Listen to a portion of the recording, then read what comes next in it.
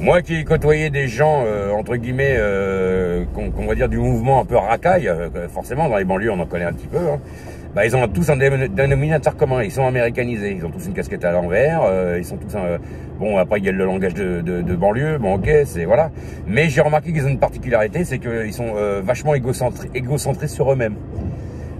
Bon, ils pensent aussi aux autres, hein, mais ils sont quand même vachement, ils sont mauvais perdants pour les matchs de football. Ils aiment bien tout casser. Ils ont toujours raison. Ils sont de mauvaise foi. Et voilà. Ils veulent avoir du plaisir immédiat sans penser au long terme. C'est toujours en général sur le court terme. La plupart, souvent, ils sont pas installés avec quelqu'un, ni mariés, ni quoi que ce soit. Hein. Je parle de ceux qui sont un peu de ce mouvement-là. Donc voilà, ce sont des gens égocentrés pour moi, égocentriques. J'ai pas dit égoïstes, hein, j'ai dit égocentriques, très égocentriques. Voilà. Et c'est ça que j'ai remarqué. C'est ça les différences avec les gens entre guillemets plus classiques, quoi. Voilà, moi c'est ça que je vois. J'ai vécu avec une fille du Sud, je sais comment que ça se passe. Voilà, je dis pas que c'est tous les gens, bien sûr, hein, je mets pas tout le monde dans le même palier, mais souvent j'ai remarqué que pour moi, les gens du Sud sont plus égocentriques que les gens du Nord.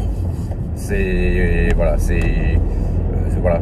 Pourtant, moi, voilà, j'ai des origines du Nord. Hein, mes parents étaient normands et picards, la Normandie et la Picardie. Je trouve aussi les Picards beaucoup plus humbles que les Normands. Les Normands étaient un peu plus égocentrés sur eux-mêmes aussi. C'est des gens très économes. Avec le Picard, c'est quelqu'un plutôt à inviter à tout le monde chez soi, tout ça. Bon, après, moi, je vous parle de ça, la Picardie de l'âge de mes parents. Hein. Je sais pas. Aujourd'hui, je suis plus en Picardie, ni en Normandie. Ça a dû évoluer aussi de ce côté-là. Hein, et puis voilà. Mais voilà, j'ai remarqué, pour moi, pour ma part, même en France, moi, pour moi, ce qu'il y a, quand on dit que la France est attaquée, la France, pour moi, la France a percé ses valeurs à cause de ça. C'est parce que l'ego des gens du Sud veut s'imposer par rapport à la doctrine à la base de la France, qui est quand même plutôt du Nord. Plutôt gauloise, plutôt celto-nordique, comme on disait avant. Et bon, après, bon, évidemment, il y a eu le catholique, enfin, c'est devenu chrétien, tout ça, enfin bref, mais c'est pareil, le catholicisme des gens, c'est pas le même que le catholicisme à l'époque, voilà. On parle pas de Jésus-Christ, on parle du catholicisme, je veux dire, voilà, c'est quand même du Sud, et je trouve que c'est plus égocentrique pour moi que la doctrine du Nord. Enfin, pour moi, c'est ça. Je trouve la doctrine du Nord, déjà, qui est à la base asiatique, hein, parce que le Caucase, c'est l'Asie. Hein. Bon, après, les peuples, ils sont mélangés avec les Germaniques ou les Celtes, comme il y a en Bretagne. Hein, voilà. Je trouve que, voilà, pour moi, c'est ça. J'ai remarqué. D'ailleurs, les postes les plus importants, la plupart du temps, ce sont des gens de confession de ces pays-là, ou en France aujourd'hui, ou avec une doctrine approchante. Voilà. Maintenant, c'est ça. Voilà. Je trouve que le Sud est plus égocentré sur lui-même que le Nord. Voilà. Le Nord, il s'est toujours défendu, par exemple, comme les Écossais à l'époque, comme les Vikings. Hein.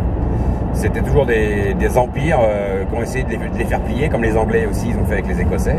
Ils ont toujours voulu les faire plier, et puis les villageois qui avaient une doctrine un peu plus... Parce que les Anglais, à l'époque, ils étaient déjà un peu convertis au catholicisme aussi, hein, romanisés, on va dire.